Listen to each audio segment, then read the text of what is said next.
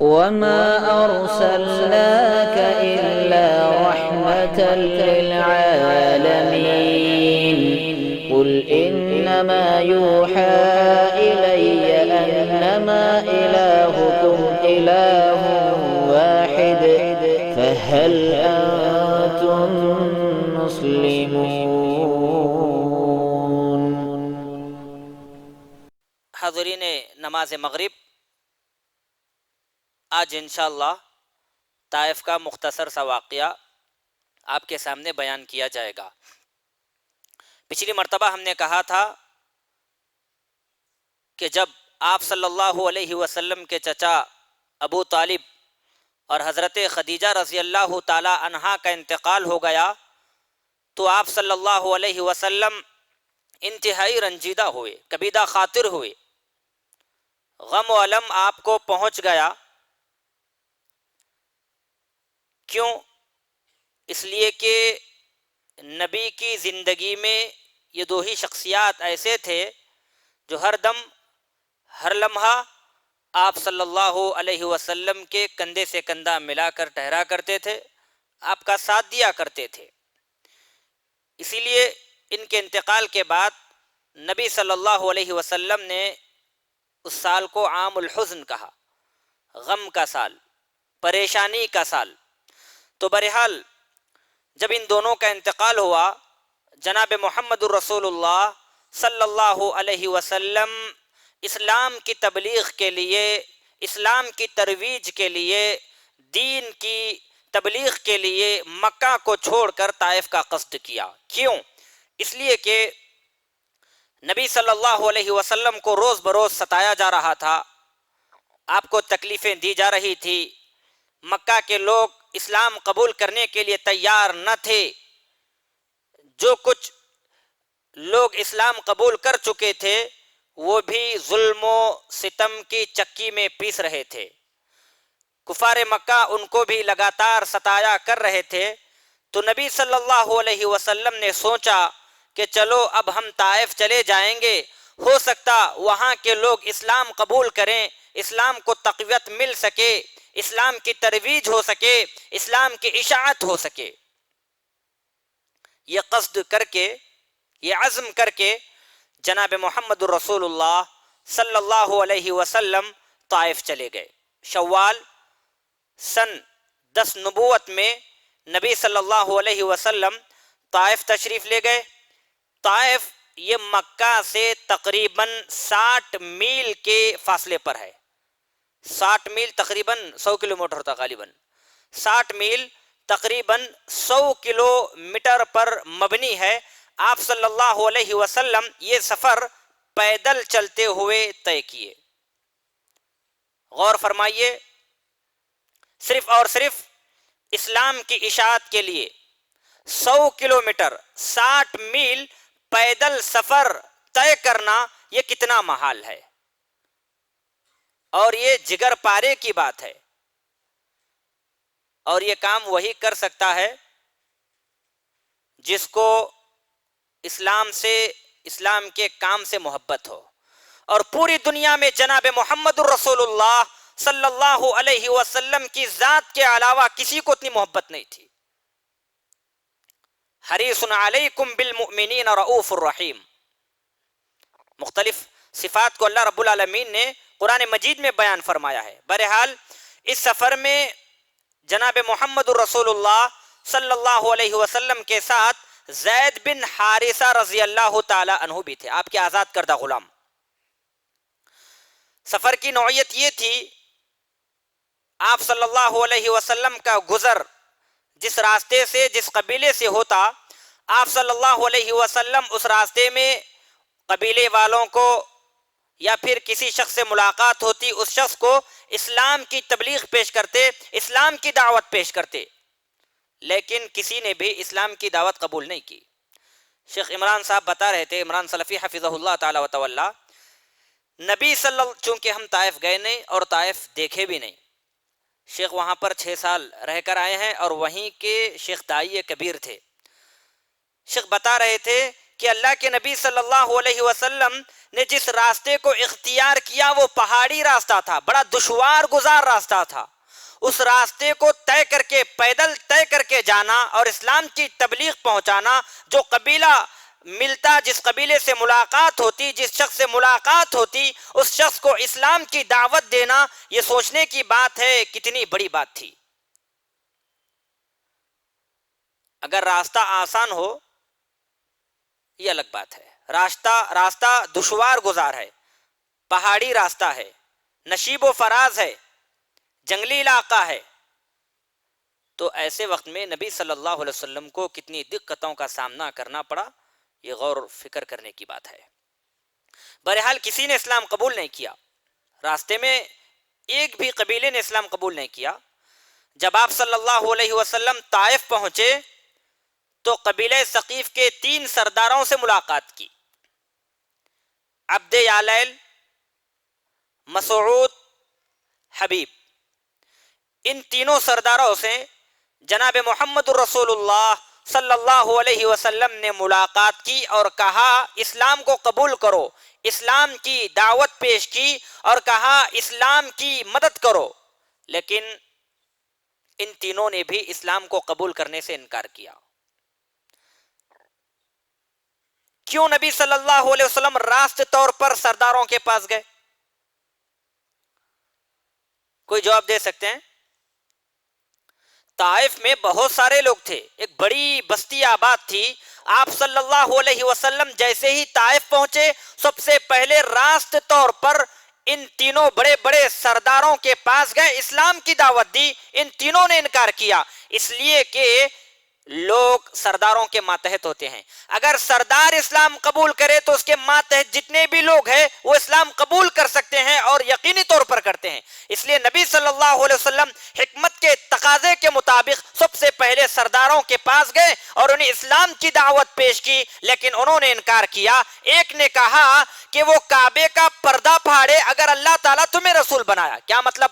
اس کا مطلب یہ ہے کہ اگر اللہ رب العالمین تمہیں رسول بنایا ہے تو پھر اللہ تعالیٰ مجھے غارت کرے. اسلام قبول کرنے کے بجائے اس نے یہ جملے جناب محمد الرسول اللہ صلی اللہ علیہ وسلم سے کہے. دوسرے نے کہا رسول بنائے دے کے لیے کہ اللہ رب العالمین کو تمہارے علاوہ کوئی اور شخص نہیں ملا. تیسرے نے کہا میں تم سے ہرگز بات نہیں کروں گا. کیوں؟ اگر تم واقعی پیغمبر ہو، نبی ہو، رسول ہو تو تمہاری بات کو جھٹلانا، تمہاری بات کو رد کرنا یہ میرے لیے انتہائی خطرناک ثابت ہو سکتا ہے. اور اگر تم اللہ رب العالمین پر جھوٹ گھڑ رہے ہو، تہمت باندھ رہے ہو، جھوٹ بول رہے ہو تو پھر مجھے تو تم سے بات ہی نہیں کرنا ہے. تینوں نے انکار کیا اور تینوں اسلام قبول نہیں کیا. نبی صلی اللہ علیہ وسلم نے کہا کہ ٹھیک ہے، چلو اچھا، جو بات میں نے آپ کے سامنے کی ہے یہ بات کسی اور کے سامنے نہ بتانا. پھر نبی صلی اللہ علیہ وسلم وہاں سے اٹھ کھڑے ہوئے. رسول اللہ صلی اللہ علیہ وسلم طائف میں کل 10 دن قیام فرمایا. کتنے دن؟ 10 دن قیام فرمایا. اس دوران آپ صلی اللہ علیہ وسلم طائف کے ایک ایک سردار کے پاس جاتے. یہ 3 سردار تو بڑے تھے، ان کی بات سنی جاتی تھی، مانی جاتی تھی، لیکن طائف میں بہت بڑے قبیلے تھے، بہت سارے سردار تھے. نبی صلی اللہ علیہ وسلم طائف کے ایک ایک سردار کے پاس جاتے اور اسے اسلام کی دعوت پیش کرتے کہ اگر یہ اسلام قبول کرے تو ہو سکتا ہے اسلام کو تقویت ملے، اسلام کو سربلندی ملے، اسلام کو مضبوطی ملے، اسلام کو استحکام ملے. یہ سوچ کر آپ صلی اللہ علیہ وسلم طائف کے ہر ایک ایک سردار سے ملتے، اسلام کی دعوت پیش کرتے، لیکن کسی نے بھی اسلام کی دعوت کو قبول نہیں کیا، بلکہ الٹا جناب محمد الرسول اللہ صلی اللہ علیہ وسلم کو سب نے کہا کہ تم ہمارے شہر سے نکل جاؤ، ہمارے گاؤں سے نکل جاؤ، ہمارے طائف سے نکل جاؤ. کسی نے بھی اسلام کو قبول نہیں کیا. نہ صرف یہ کہا کہ ہمارے شہر سے نکل جاؤ، بلکہ اپنے اوباشوں کو، بدقماشوں کو، بدماشوں کو شہ دی. جب نبی صلی اللہ علیہ وسلم طائف سے نکلنے کا قصد کیا مکہ کی طرف، تو یہ اوباش، یہ بدماش، بدقماش جناب محمد الرسول اللہ صلی اللہ علیہ وسلم کو گالیاں دیتے، تالیاں بجاتے، شور مچاتے اور جناب محمد الرسول اللہ صلی اللہ علیہ وسلم کے پیچھے لگ جاتے، اور اتنی بھیڑ لگ گئی راستے کے دونوں جانب جناب محمد الرسول اللہ صلی اللہ علیہ وسلم کے پاس ایک لمبی بھیڑ جمع ہو گئی، بہت سارے لوگ جمع ہو گئے، اور پھر آپ پر ریزہ بازی، پتھر بازی شروع کی۔ اللہ اکبر، یہ غور کرنے کی بات ہے۔ ایک وہ نبی جس کو اللہ رب العالمین نے کہا وَإِنَّكَ لَعَلَىٰ خُلُقٍ عَظِيمٍ، اے جناب محمد الرسول اللہ صلی اللہ علیہ وسلم تم بڑے بلند اخلاق پر فائز ہو۔ وہ نبی اسلام کی تبلیغ کے لیے مکہ والوں سے تنگ ہو کر طائف کا قصد کرتا ہے، اور طائف جانے کے بعد وہ طائف والے مکہ والوں سے زیادہ جناب محمد الرسول اللہ صلی اللہ علیہ وسلم پر ظلم و ستم کے پہاڑ توڑ رہے ہیں۔ عبد یالیل، حبیب، مسعود نے بھی جناب محمد الرسول اللہ صلی اللہ علیہ وسلم کی دعوت کا انکار کیا، اور پھر مکہ کے طائف کے بدماش بدخماشوں کو آپ کے پیچھے لگا لیا۔ یہ سوچنے کی بات ہے۔ آپ جانتے ہیں نبی صلی اللہ علیہ وسلم کے ساتھ زید بن حارثہ تھے، طائف کے اوباش، مکار، عیار، بدماش، بدقماش بچے، نوجوان جناب محمد الرسول اللہ صلی اللہ علیہ وسلم پر سنگریزے کا مظاہرہ کر رہے ہیں، پتھروں کو برسا رہے ہیں۔ ادھر زید بن حارثہ آنے والے پتھروں کو اپنے سینے سے، اپنے جسم سے روک دیتے، جناب محمد الرسول اللہ صلی اللہ علیہ وسلم کا دفاع کرتے، جس کی وجہ سے حضرت زید بن حارثہ کو کئی زخم کا سامنا کرنا پڑا، کئی جگہ پر ان کو زخم آ گئے۔ بدماشوں نے یہ سلسلہ برابر جاری رکھا، یہاں تک کہ آپ کو عتبہ اور شیبہ نے، طائف کے دو لوگ ہیں، عتبہ اور شیبہ نے آپ صلی اللہ علیہ وسلم کو ابنائے ربیہ کے باغ میں پناہ لینے پر مجبور کیا۔ اللہ اکبر۔ اب غور فرمائیں، ابنائے ربیہ کا باغ طائف سے 3 میل کے فاصلے پر واقع ہے۔ شیخ نے دیکھا ہے 3 میل کا مطلب 5 کلومیٹر۔ کتنے کلومیٹر؟ 5 کلومیٹر۔ آپ غور فرمائیں، ایک دیوانہ ہو، ایک مجنون ہو، بچے راہ چلتے اس کو ستاتے ہیں، آپ نے دیکھا ہے، اس کے باوجود بھی وہ تنگ آ جاتا ہے۔ دیوانہ مجنون ہے، تنگ آ جاتا ہے، پریشان ہو جاتا ہے، وہ خود پتھر اٹھا کر مارنا شروع کرتا ہے۔ اور مسافت کتنی ہوتی ہے؟ 4 سے 5 میٹر ایک گلی۔ حالانکہ نبی اسلام کو لے کر آئے ہیں، نبی کو اللہ نے رسول بنایا ہے، اسلام کی تبلیغ کا نبی صلی اللہ علیہ وسلم کو ذمہ دار ٹھہرایا ہے۔ اسلام کی تبلیغ کا جتنا بھی بوجھ ہے وہ نبی کے ناتواں کاندھوں پر ہے۔ 5 کلومیٹر یہ بدماشوں نے جناب محمد الرسول اللہ صلی اللہ علیہ وسلم کو ستایا۔ 1 کلومیٹر نہیں، 2 کلومیٹر نہیں، بلکہ مسلسل 5 کلومیٹر تک شور مچاتے رہے، تالیاں پیڑتے رہے، گالیاں دیتے رہے، پتھر بازی کرتے رہے۔ اللہ اکبر۔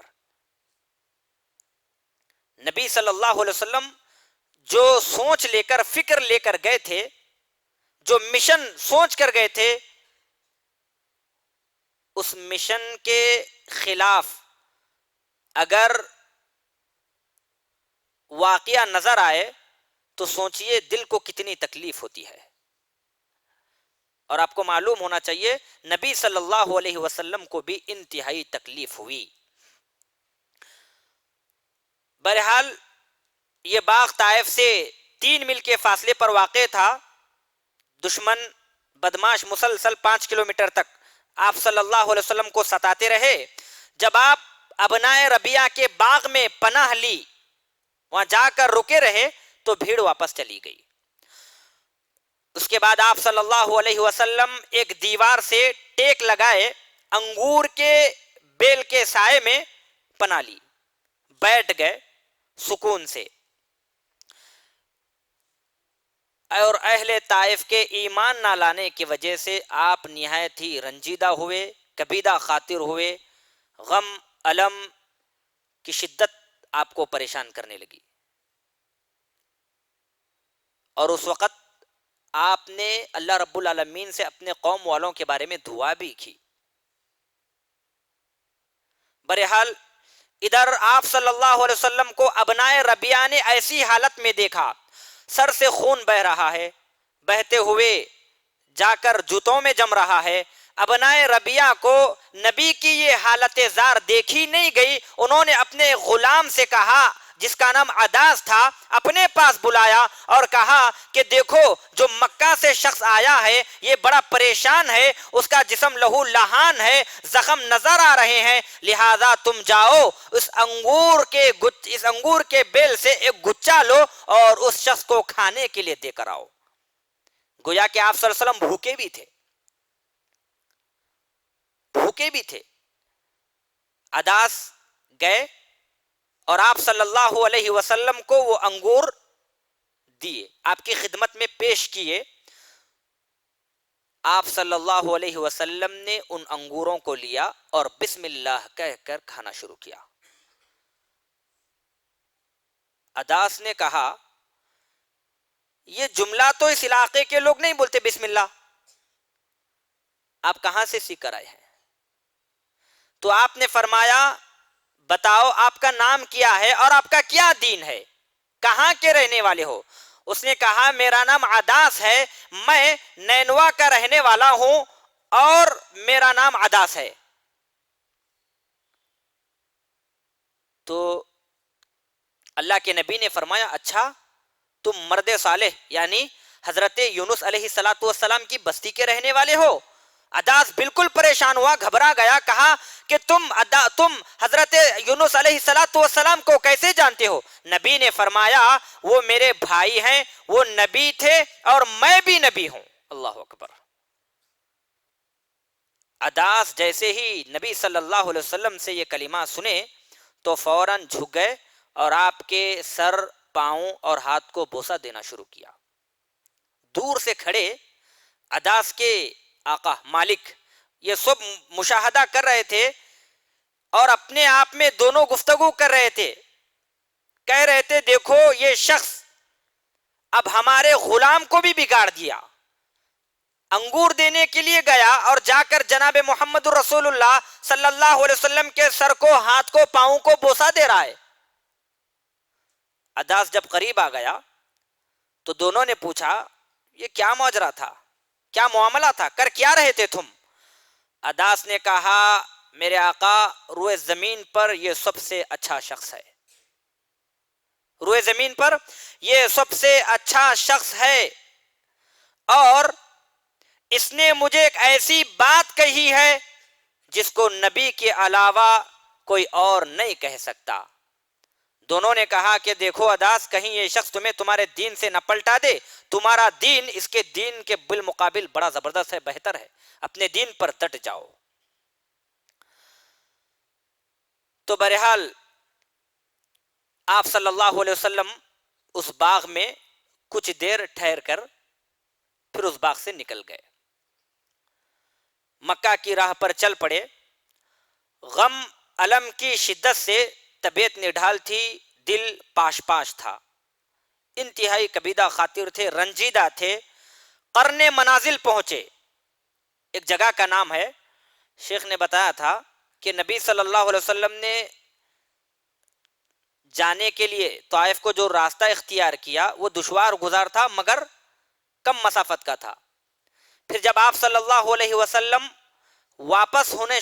مکہ کے لیے واپس نکلے تو جس جگہ سے آپ صلی اللہ علیہ وسلم گئے تھے اس جگہ کو چھوڑ کر دوسری جگہ سے آپ صلی اللہ علیہ وسلم طائف آئے، مکہ آئے، اور اسی راستے میں جو کہ لانگ راستہ ہے اسی راستے میں قرن منازل ہے. تو آپ صلی اللہ علیہ وسلم قرن منازل پہنچے تو اللہ کے حکم سے جبریل علیہ السلام تشریف لائے ان کے ساتھ پہاڑوں کا فرشتہ بھی تھا۔ وہ آپ صلی اللہ علیہ وسلم سے یہ گزارش کرنے آیا تھا کہ آپ حکم دیں، میں ان اہل مکہ کو، طائف والوں کو دونوں پہاڑوں کے درمیان پیس کر رکھ ڈالوں گا۔ اس کی تفصیل بخاری میں ہے۔ حضرت عائشہ رضی اللہ تعالیٰ عنہ سے مروی ہے، وہ کہتی ہیں کہ ایک دن میں نے جناب محمد الرسول اللہ صلی اللہ علیہ وسلم سے دریافت کیا کہ آپ پر کوئی ایسا دن بھی آیا ہے، کوئی ایسا لمحہ بھی آیا ہے جو احد کے دن سے زیادہ سخت ہو، سنگین ہو، پریشان کن ہو؟ جناب محمد الرسول اللہ صلی اللہ علیہ وسلم نے فرمایا، ہاں، طائف میں مجھے سب سے زیادہ سنگین والا دن پیش آیا۔ اللہ اکبر۔ احد کا دن جانتے ہیں؟ مومنوں اور کافروں کے درمیان ایک لڑائی ہوئی تھی، جنگ احد، احد کے پہاڑ کے قریب، اس لیے اس کو جنگ احد کہا جاتا ہے۔ اس جنگ میں جناب محمد الرسول اللہ صلی اللہ علیہ وسلم کے دندان مبارک شہید ہو گئے تھے، اور آپ صلی اللہ علیہ وسلم کو کچھ تار آپ کے چہرے پر دھنس گئے تھے، جس کی بنا پر خون رس رہا تھا، بہ رہا تھا۔ صحابی رسول نے کہا، اے اللہ کے نبی، میں ان تار کو نکالتا ہوں۔ صحابی نے اپنے دانتوں سے نکالنے کی کوشش کی، جس کی وجہ سے ان صحابی کے دانت بھی ٹوٹ گئے۔ احد کا دن آپ صلی اللہ علیہ وسلم کو بڑا پریشانی والا دن تھا، احد کا دن۔ تو آپ کہہ رہے ہیں کہ احد سے زیادہ سخت جو دن، سنگین دن پیش آیا، وہ طائف کا پیش آیا۔ اللہ اکبر۔ تو دیکھیں، غور کریں، آپ صلی اللہ علیہ وسلم کو کتنی مصیبتوں کا سامنا طائف کے سفر میں اٹھانا پڑا۔ آپ صلی اللہ علیہ وسلم کو لگاتار 5 کلومیٹر تک یہ بچے بدماش بدخماش ستاتے رہے، آپ پر سنگریزے برساتے رہے، پتھر برساتے رہے، آپ صلی اللہ علیہ وسلم بالکل جاتے رہے، اور اپنا ربیہ کے باغ میں پناہ لی۔ بہرحال آپ نے فرمایا، ہاں، مجھے طائف کا دن بڑا سنگین نظر آیا، بڑا ہی خطرناک نظر آیا۔ آپ فرماتے ہیں کہ میں نے اہل طائف کے سامنے دعوت پیش کی، انہوں نے انکار کیا۔ عبد یالیل مسعود حبیب نے میری دعوت کا انکار کیا، تو میں غم سے نڈھال ہو کر مکہ چل پڑا، تو قرن ثعلب پہنچ کر مجھے افاقہ ہوا۔ اللہ اکبر۔ یعنی آپ صلی اللہ علیہ وسلم راستے میں جو جا رہے تھے، غشی کے حالت میں جا رہے تھے، آپ بالکل بھی ہوش میں نہیں تھے۔ قرن ثعلب میں پہنچ کر آپ کو ہوش آیا۔ کہتے ہیں وہاں میں نے سر اٹھایا تو کیا دیکھتا ہوں، بادل کا ایک ٹکڑا مجھ پر سایہ فگن ہے، سایہ کیا ہوا ہے۔ میں نے غور سے دیکھا، اس بادل میں حضرت جبریل علیہ السلام موجود ہیں۔ انہوں نے مجھے پکار کر کہا، آپ کی قوم نے، اے محمد، آپ کی قوم نے آپ سے جو معاملہ برتا، آپ سے جو باتیں کی ہیں، اللہ رب العالمین نے اسے سن لیا ہے۔ اب اللہ رب العالمین نے آپ کے پاس اس پہاڑی فرشتوں کو بھیجا ہے، آپ حکم فرمائیں۔ پہاڑی فرشتے نے بھی کہا کہ اے نبی صلی اللہ علیہ وسلم، اے محمد صلی اللہ علیہ وسلم، آپ ایک آواز دیں، لبیک کہیں، ایک مرتبہ زبان کھولیے، ہم ان اہل طائف کو، اہل مکہ کو دونوں پہاڑوں کے درمیان پیس ڈالیں گے۔ اللہ کے نبی صلی اللہ علیہ وسلم کی رحمت پر قربان جائیے۔ دعوتی کاز میں، دعوتی میدان میں جو مصائب آتے ہیں، ان مصائب پر صبر و استقامت ضروری ہے۔ صبر ہی کے ذریعے دعوت کے کام کو انتہا تک پہنچایا جا سکتا ہے۔ نبی کی سیرت ہمارے سامنے موجود ہے، پتھریں آ رہی ہیں، جنگیں ہو رہی ہیں، آپ کو قتل کرنے کی سازشیں رچی جا رہی ہیں، آپ کے صحابہ کو مارا جا رہا ہے، اس کے باوجود آپ صلی اللہ علیہ وسلم لگاتار دعوت و تبلیغ کر رہے ہیں۔ اللہ کے نبی نے اس وقت کہا، نہیں، مجھے امید ہے ان کے آنے والی نسل ضرور اسلام قبول کرے گی۔ تاریخ بتاتی ہے کہ ٹھیک 8 سال کے بعد پورے کا پورا طائف جناب محمد الرسول اللہ صلی اللہ علیہ وسلم کی دعا کی بدولت 8 سال کے اندر اندر پورا طائف اسلام قبول کیا۔ اہل طائف نے اسلام قبول کیا۔ اب غور فرمائیں، نبی صلی اللہ علیہ وسلم اس غیبی مدد کی وجہ سے مطمئن ہو گئے اور غم و علم کے بادل چھٹ گئے۔ کیوں؟ اس لیے کہ آپ غم و علم میں مبتلا تھے، پریشان تھے، قوم والوں نے اسلام کی دعوت قبول کرنے سے انکار کیا۔ ایسی حالت میں اللہ رب العالمین نے حضرت جبریل علیہ السلام کو اور پہاڑی فرشتے کو آپ پر نمودار کیا۔ اس مدد کو دیکھ کر نبی نے انکار تو کیا نہیں، میری قوم کو ہلاک نہیں کیا جا سکتا، اور ساتھ ہی ساتھ اللہ کے نبی نے اہل طائف کے لیے دعا کی۔ دعا کی بدولت سارا کا سارا طائف اسلام قبول کیا۔ پھر اس کے بعد آپ صلی اللہ علیہ وسلم نے وادی نخلا میں چند دن قیام فرمایا۔ اس دوران اللہ رب العالمین نے آپ کے پاس جنوں کی ایک جماعت بھیجی جس کا ذکر قرآن مجید میں 2 مرتبہ آیا، ایک سورۃ الاحقاف میں، دوسری مرتبہ سورۃ الجن میں۔ قرآن مجید میں اللہ نے فرمایا وَإِذَا صَرَفْنَا إِلَيْكَ نَفَرًا مِّنَ الْجِنِّ يَسْتَمِعُونَ الْقُرْآنَ، ہم نے ایک جنوں کی جماعت کو تمہارے طرف پھیرا جو قرآن کو سن رہے تھے۔ فَلَمَّا حَضَرُوهُ، جب جناب محمد الرسول اللہ صلی اللہ علیہ وسلم کے پاس حاضر ہوئے اور نبی قرآن کی تلاوت کر رہے تھے، ان جنوں نے کہا انصتوا، خاموش رہو، کوئی کتاب کی تلاوت کی جا رہی ہے۔ فَلَمَّا قُضِيَ، پھر قرآن پڑھنا ختم ہوا، وَلَّوْا إِلَىٰ قَوْمِهِمْ، راست طور پر اپنی اقوام کے پاس گئے، اپنے لوگوں کے پاس گئے، اپنی قوم کے پاس گئے۔ کون گئے؟ جن گئے۔ کہا منذرین، ڈرانے والے بن کر۔ اہل طائف تو اسلام نہیں لے۔ وادی نخلا میں نبی نے چند دن قیام فرمایا، اس دوران جنہوں نے حاضری دی، قرآن کو سنا، قرآن کو سن کر اس پر ایمان لایا اور اپنی قوم والوں کو جا کر ڈرانا شروع کیا۔ کہا قالوا یا قومنا انا سمعنا کتابا انزل من بعد موسیٰ، اے ہماری قوم کے لوگوں، ہم نے ایک ایسی کتاب کو سنا ہے جو موسیٰ علیہ السلام کے تورات کے بعد نازل کی گئی ہے، مصدقا لما بین یدیہ، اپنے سے پہلے کے کتابوں کی تصدیق کرنے والی ہے، یہدی الی الحق، حق کی طرف رہنمائی کرنے والی ہے، وَإِلَىٰ طَرِيقٍ مُسْتَقِيمٍ، اور سیدھے راستے کی طرف رہنمائی کرنے والی ہے۔ اور کہا یا قومنا اجیبوا داعی اللہ، اے ہماری قوم کے لوگوں، اللہ رب العالمین کے داعی کی بات کو مان لو، قبول کرو، وآمنوا بہ، اور اس پر ایمان لاؤ، یغفر لکم من ذنوبکم،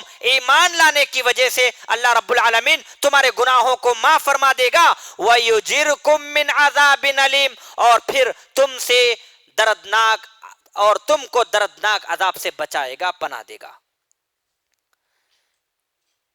اور ایک ذکر سورہ جن میں ہوا ہے، قل اوحی الی انہ استمع نفر من الجن، یہاں بھی جن حاضر ہوئے، وادی نخلا ہی کا مسئلہ ہے، قرآن کو سنا، اپنی قوم والوں کے پاس گئے، کہا انا سمعنا قرآنا عجبا، ہم نے ایک تعجب کرنے والا قرآن سنا ہے، کتاب کو سنا ہے، یہدی الی الرشد فآمنا بہ، وہ رشد و ہدایت کی طرف رہنمائی کرتا ہے، فآمنا بہ، بس ہم اس کتاب پر، اس رسول پر ایمان لائے، ولن نشرک بربنا احدا، اور آج سے ہم ہرگز اپنے رب کے ساتھ کسی کو شریک نہیں کریں گے۔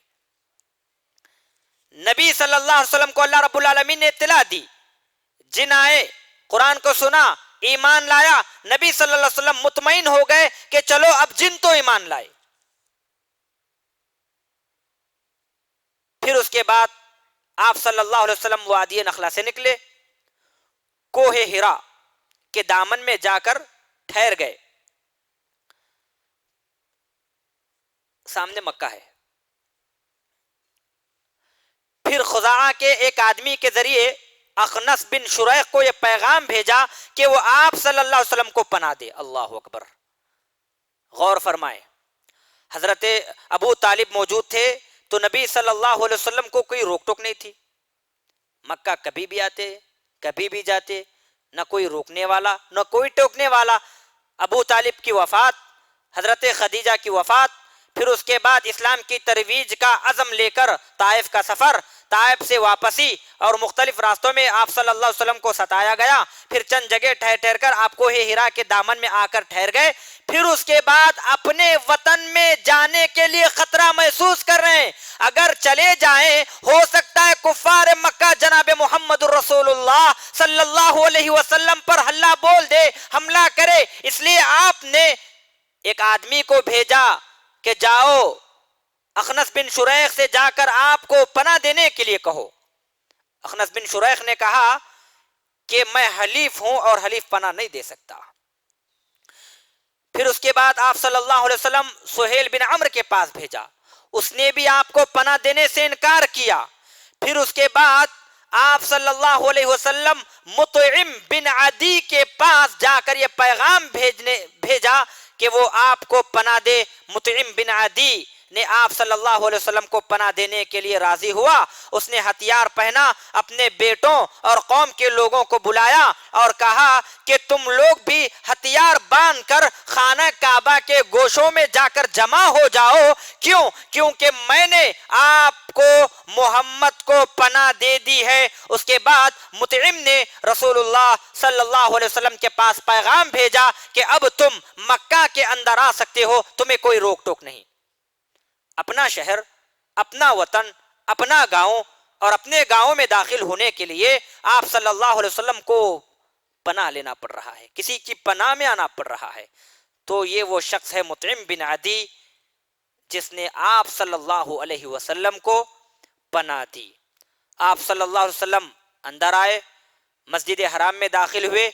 مطعم بن عدی نے سواری پر کھڑے ہو کر اعلان عام کیا، کہا کہ قریش کے لوگوں، میں نے محمد کو پناہ دی ہے، اب اس کو کوئی چھیڑ نہیں سکتا، ستا نہیں سکتا، نہ کوئی مار سکتا ہے۔ مطعم بن عدی کی یہ کلمات سن کر ابو جہل پریشان ہوا، کہنے لگا اے مطعم، کیا تم نے محمد کو پناہ دی ہے یا پھر تم مسلمان ہو گئے ہو؟ مطعم بن عدی نے کہا میں نے پناہ دی ہے۔ پھر ابو جہل نے کہا جس کو تم نے پناہ دی اس کو ہم نے پناہ دی۔ یہ پناہ ضروری تھی۔ مطعم بن عدی نے پناہ دی اور ابو جہل بھی خاموش بیٹھ گیا، جو کہ بڑا سرکش، ظالم، سفاک، انتہائی جابر ظالم تھا، اس کو بھی خاموش بیٹھنا پڑا۔ پناہ ضروری تھی، پناہ آپ صلی اللہ علیہ وسلم کو مل گئی۔ پھر آپ صلی اللہ علیہ وسلم اپنے گھر میں داخل ہو گئے، اور آپ صلی اللہ علیہ وسلم مدینے میں رہ کر بھی بار بار آپ کی اپنی زندگی میں مطعم بن عدی کے اس احسان کو یاد کیا کرتے تھے۔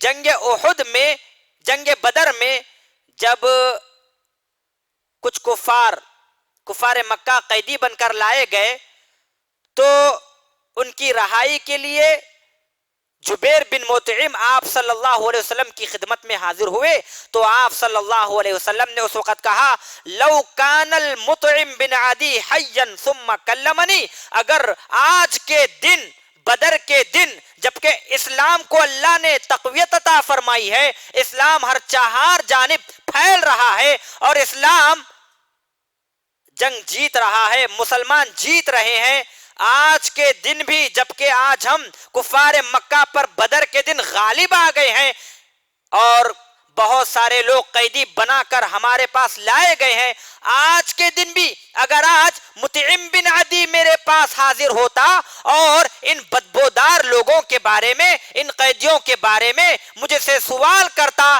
تو میں صرف مطعم بن عدی کی خاطر ان تمام کے تمام قیدیوں کو رہا کر دیتا، چھوڑ دیتا تھا۔ یہ آپ صلی اللہ علیہ وسلم کی وفا ہے۔ تو محترم حضرات، یہ طائف کا ایک مختصر سا قصہ واقعہ تھا جو ہم نے آپ کے سامنے بیان کیا۔